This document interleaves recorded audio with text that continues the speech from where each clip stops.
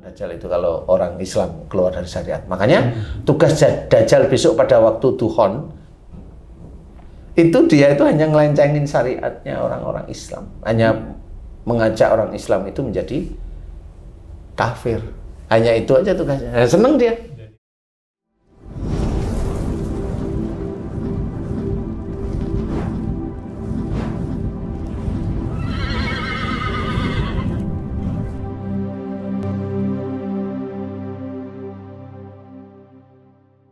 Assalamualaikum warahmatullahi wabarakatuh. Waalaikumsalam warahmatullahi wabarakatuh. Hamdan wa syukranillah, sholatan wa salaman ala rasulillah, amma ba'd. Sedulur beriman semuanya dimanapun Anda berada, alhamdulillah pada hari ini semoga Allah senantiasa mencurahkan rahmatnya kepada kita semuanya, juga Anda yang sedang menonton channel dari Ustadz dan Official Channel ya, kemudian juga dari Pak Tung Family Official Channel, Pak Tung Family. Jangan lupa juga nih Pak Tung. Iya Pak.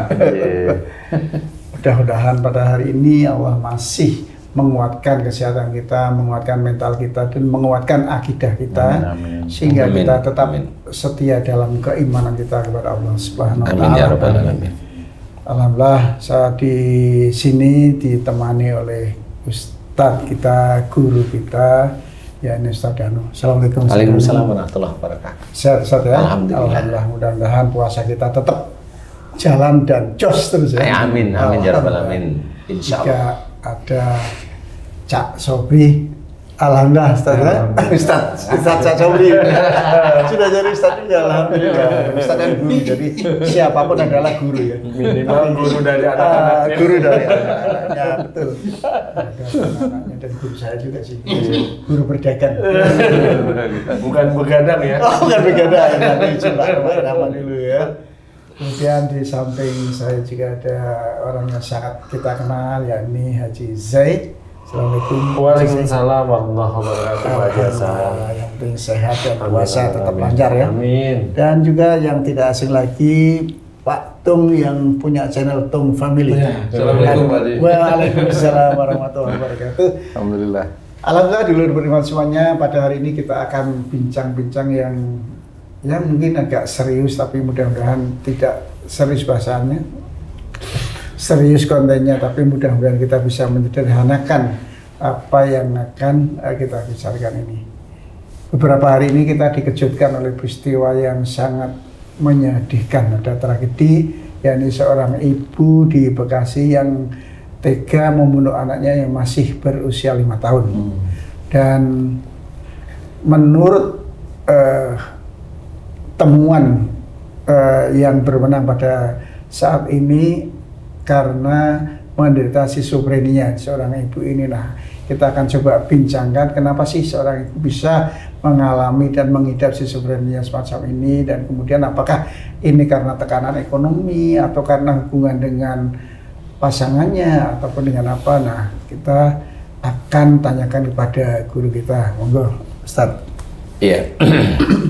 Bismillahirrahmanirrahim. Assalamualaikum warahmatullahi wabarakatuh. Waalaikumsalam warahmatullahi wabarakatuh. Amin ya rabbal alamin. Alhamdulillah, memang saya sempat mendengar itu ibu yang membunuh anaknya yang umur 5 tahun kalau nggak salah ya. Iya. Kemudian didetek oleh dokter dia terkena skizofrenia atau halusinasi. Memang kalau saya amati dari diri saya sendiri yang nanganin pasien-pasien saya itu, kebanyakan pasien saya itu skizofrenia, Ci. Kemarin saya kajian di IAIN Abdurrahman Wahid itu di Pekalongan ya? itu rata-rata malah skizofrenia sakitnya. Mahasiswanya Mahasiswinya itu skizofrenia banyak lah. Kan, wah ini berarti di Indonesia ini termasuk tinggi Tapi skizofrenia. dekannya enggak ya? Kenapa? Dekannya enggak? Tak kandake. Dekannya kan teman kita itu. Profesor itu. Profesor Dr. Sam'ani. Kiai Haji Sam'ani.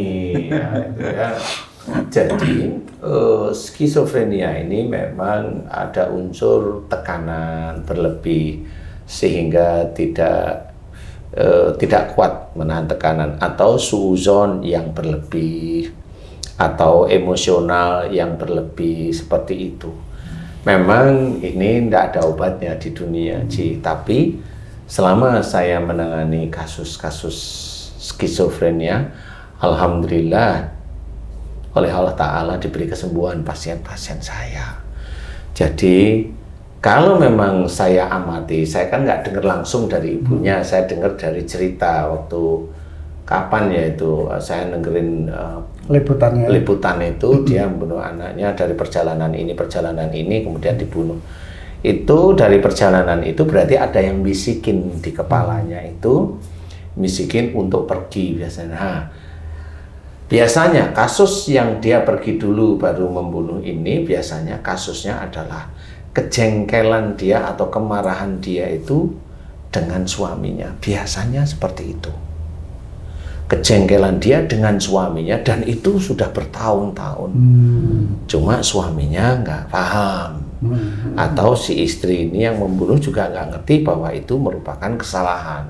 Tapi kan beginilah ceritanya. Saya nggak tahu dia muslim bukan ya? Pakai jilbab ya? Pakai jilbab ya berarti muslim. Nah, disinilah yang harus kita ketahui. Skizofrenia itu atau halusinasi itu munculnya dari mana? Memang itu dari jin, betul. Tapi jin dikuatkan oleh Ifrit. Harus difahami. Ifrit dikuatkan oleh Dajjal.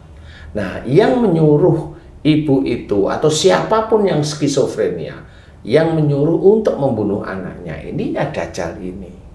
Kenapa Dajjal kok menyuruh ibu ini membunuh? Biasanya yang saya sering alami bagi ibu-ibu yang di sini saya suruh bunuh anak saya Ustaz, tapi saya harus kuat untuk tidak mau gitu. Banyak kasus seperti itu. Nah, alhamdulillah diberi kesembuhan, yang ngomong sudah nggak ada dan dia sudah dengan anaknya baik, kemudian dengan kasusnya dengan pasangannya juga baik. Nah, biasanya walaupun dia seorang Islam, walaupun dia berjilbab, walaupun sholat, tidak bisa sebenarnya. Sholat itu akan namengi dari jin yang masuk ke tubuh itu tidak bisa. Yang bisa itu adalah imannya dan ketakwaannya. Kalau sholat tidak bisa. Oh, berarti sholat belum tentu imannya kuat. Ya. Tapi yang bisa membenteng itu iman dan ketakwaan, itu baru. Tapi dia tetap harus sholat. Nah, kan beda kan? Kalau iman nggak sholat lagi. Kan yang namanya iman sama takwa kan jangan sholat terus. Iya. 100 pegel. Nunggu waktunya sholat. Kalau bukan waktu sholat terus ya jangan. Nah, jadi benar Haji Hasan tadi ya, kalau nunggu waktunya sholat sih. Itu skizofrenia juga. Oh gitu ya. Iya. Sholat. Loh, karena ada juga skizofrenia itu wudhu sampai berjam-jam itu ya skizo. Kalau memang pernah lihat ini orang dari wudhu dari tadi sampai selesai sholat, kok masih wudhu? Itu skizo itu. Itu bisikan atau keyakinan yang membuat dia lama berwudhu? Kalau orang mau yel-yelan gini loh yang paling gampang ya. Itu mau bisikan, mau keyakinan. Itu kan wudhu terus. Iya. Sama seperti mamanya Haji C. Yakin Haji C punya istri di rumah mamanya. Yakin lah. Pulang nggak? Pulang kan gitu. Walaupun pergi kan pulang tetap aja. Tapi kalau Haji C nggak yakin punya istri, pulang nggak? Kan nggak pulang nggak apa-apa sih. Karena namanya juga nggak punya istri kan gitu. Jadi intinya skizofrenia itu ada yang membisikin. Kalau yang wudhu itu kamu kentut, kamu jari-jarimu nggak dapat air, oh itu aja sampai basah semuanya. Karena dia capek, tapi ini ngomong terus. Jadi itu. Nah, yang skizofrenia bab itu biasanya saya temuin pada teman-teman yang pendakwah. Yang justru pendakwah itu ya. Ya, intinya itu nanti kita bahas lagi ya. Intinya ini ibu-ibu ini. Jadi iman yang kuat, kemudian ketakwaan pada Allah Ta'ala yang kuat, inilah yang bisa namengin. Bukan jin nggak bisa masuk karena ada yang nameng. Enggak. Karena orang itu selalu istiqomah di dalam mengerjakan ibadah-ibadahnya. Akhirnya umpamanya jengkel yang tidak keterusan. Kan gitu. itu kan sebenarnya membunuh anak itu kan sebenarnya dia jengkel kepada. Yang saya amati kalau ibu itu mau jujur, jengkel sama suaminya. Dia marah sama suaminya. Kemudian bisa aja dia tidak marah kepada suaminya, tapi apa? Tapi harta yang diberi suaminya kurang. Biasanya gitu. Untuk merawat anaknya. Untuk merawat anaknya. Jadi dia itu ada kejengkelan melihat kondisi seperti itu. Jadi dia jengkel dengan suami, jengkel dengan harta yang merasa dia kurang, tapi dia diam, tapi marah. Kalau tanyain, ini kurang nih ya, segitu aja kok kurang, jengkel dia. Sementara dia tidak menghasilkan. Iya, coba nanti kalau haji sih, yuk ke Tamcet Cok, nggak mau, gitu. Kan lama-lama jengkel, lama-lama. Terus yang dibunuh siapa? Jadi memang ada hubungannya dengan kepribadian ini. Kalau pendiam cenderung bisa. Iya, kecenderungan seperti itu. Kalau memang masalah ini normal, biasanya orangnya pendiam. Tapi kalau orangnya itu ceria, dia kena skizo, ada tekanan. Itu aja bedanya. Ada tekanan. Jadi kalau yang pendiam itu kan dia bermain dengan otaknya dia sendiri, Ci. Jadi itulah yang terjadinya skizo itu. Selama ini saya kasih contoh. Saya menangani ibu-ibu yang disuruh ngorok anaknya itu banyak, Ci. Banyak sekali. Saya suruh bunuh anak. Saya baru masak air, kemudian air panas itu waktu saya pegang itu nah anakmu kan lagi tidur. Itu diguyurin, dia nanti meninggalnya masuk surga. Dan dia nggak teriak-teriak, guyurin aja. Itu gitu. Kalau dia pegang pisau, nah, anakmu itu kan lagi gini, udah langsung aja gorok seperti. Dan itu sering, dan dia itu mencoba untuk menahan untuk tidak. Nah itu kan nggak ada obatnya. Kalau teman-teman yang lain, teman-teman dokter atau yang lain itu kan biasanya dikasih obat penenang aja, tapi nggak bisa menyelesaikan. Jadi ingat cerita itu tadi orang menggorok anaknya karena dianggap dapat bisikan wahyu untuk mengikuti apa yang dijalankan Nabi Ibrahim terhadap Ismail itu. Bisa bisikan seperti itu. Nah biasanya kalau bisikan jenisnya seperti itu, biasanya orangnya itu ibu-ibunya sholatnya tertib. Tapi dia marah juga, menyimpan marah sama suaminya. Itu sholatnya tertib. Makanya kenapa Dajjal itu sendiri bisa bisikin melalui seperti itu, gorok seperti Nabi Ibrahim, karena dia kalau bunuh tuh, itu anakmu anak iblis. Nggak percaya dia malahan. Dia nggak percaya. Kan gitu. Betul. Tapi kalau ini nanti kan dia kan masih kecil, dia masuk surga nanti. Ini kan terprovokasi akhirnya nggak kuat, akhirnya tetap dia jalani seperti itu. Nauzubillahi min dzalik. Nah, kasus yang seperti itu hampir semua ibu-ibu yang disuruh membunuh anaknya rata-rata biasanya memang marah sama suami yang disimpan di sini. Rata-rata 90% itu. Saya berani cerita karena yang saya tangani ya begitu. Alhamdulillah setelah mau mengerti, memahami, kemudian doa, kemudian selesai 1 bulan atau berapa minggu saya suruh ke sini, alhamdulillah selesai. Saya tanya suaranya gimana? Udah nggak ada, Ustaz. Alhamdulillah seperti itu. Jadi skizofrenia ini di Indonesia ini cukup lumayan banyak. Bipolar itu gimana ya? Sama mirip-mirip aja, cuma bipolar nanti aja kita bahas. Skizofrenia, ibu yang membunuh anak, kemudian dia jalan-jalan dulu untuk membunuh anak, berarti ini ada persoalan, bisa masalah keuangan atau bisa masalah si ibu itu mencurigai suaminya bagaimana, keluar terus mencurigai, terus akhirnya dia jengkel dengan kondisi seperti itu bisa. Nah kalau sudah ketemu biasanya nanti saya suruh, jangan begini lagi ya Bu, jangan begini lagi ya Mbak, atau jangan begini lagi ya Mas. Kalau dia mau niat pada Allah Ta'ala, hilang nanti. Itu Dajjal itu insya Allah bisa dilepas, insya Allah atas izin Allah semuanya. Karena kalau jin jin itu tidak menyuruh untuk membunuh anak, itu jarang jin itu. Jin jarang. Tetapi kalau Dajjal bisa, karena itu kan kejiwaan. Karena si orang itu sendiri dia melenceng dari syariat. Pasti sudah melenceng dari syariat sehingga Dajjal itu masuk ke situ. Kan seneng Dajjal itu kalau orang Islam keluar dari syariat. Makanya tugas Dajjal besok pada waktu Duhon itu dia itu hanya ngelencengin syariatnya orang-orang Islam. Hanya mengajak orang Islam itu menjadi kafir. Hanya itu aja tugasnya. Nah, seneng dia. Jadi pengikutnya. Jadi ya? pengikutnya sebenarnya. Ya itu seneng. Nah ini sebelum itu terjadi, nah inilah sebenarnya skizofrenia itu insya Allah yang selama ini saya tangani dari situ. Iya Ustaz. Skizofrenia ini keren ya namanya Ustaz ya. Udah menyeramkan. Udah menyeramkan. Itu yang ibu membunuh anaknya umur 5 tahun tuh sampai 20 kali Ustaz. Tusukan ya? Tusukan itu 20 kali. Jadi bisa dibayangkan betapa dominannya bisikan itu sehingga dapat menggerakkan seorang ibu yang seharusnya cinta sama anaknya sampai anaknya jadi korban. Begitu juga yang di Bandung Ustadz, dia juga membunuh anaknya di bawah 1 tahun. Karena kalau yang di Bekasi ini saya belum dapat apa bisikannya, beritanya. Tapi kalau yang di Bandung itu udah diberitakan bisikannya adalah kamu tidak mampu merawat anak itu. Kirim saja ke surga. Tapi memang orang yang tidak mampu itu ya? Saya belum dapat gambaran dia tidak mampunya gitu. Tapi kalau kalimatnya seperti itu, dia merasa tidak mampu. Iya. Jadi bisa aja ditinggal sama suaminya, nggak jauh, sehingga dia kekurangan masalah finansial, seperti itu bisa. Kalau itu kan kita anggap ekonominya lemah.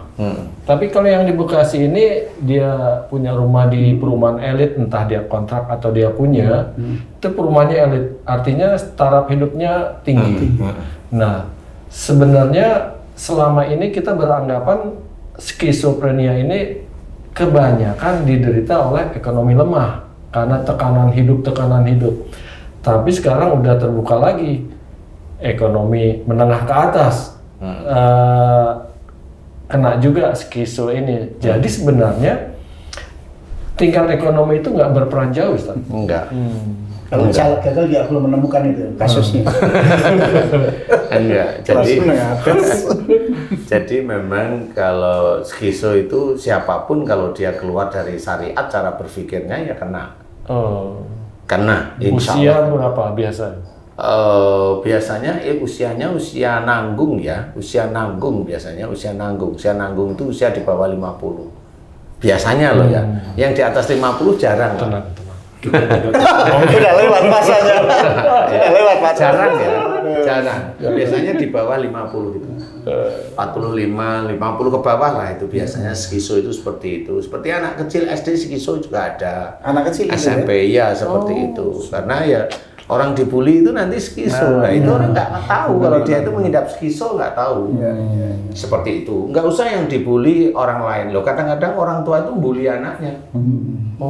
Bully anaknya gimana? Anak yang satu dibandingkan dengan yang selainnya loh. Ini kan kebuli anak yang satunya. Kaya miskin, pintar bodoh. Kemudian anaknya mamanya punya 2, memang dilihat sama tetangganya itu pintar-pintar, anaknya dibodoh-bodohin, ya ada yang gitu.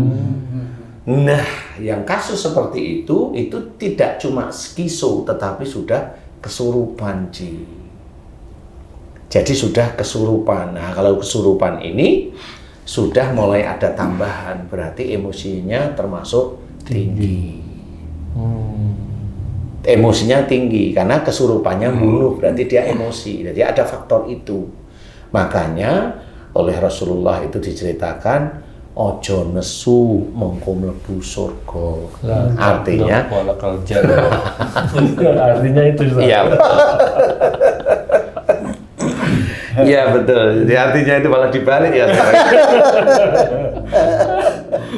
Jadi jangan marah, bagimu surga itu memang benar. Nah selama ini banyak para pendakwah itu memang nggak paham marah itu titiknya di mana.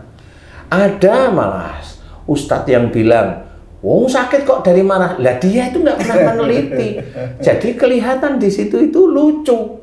Padahal kalau dia itu punya jamaah, dia ngomong di depan jamaah bahwa sakit kok dari marah. Padahal yang diomongkan itu salah, semua jamaahnya salah.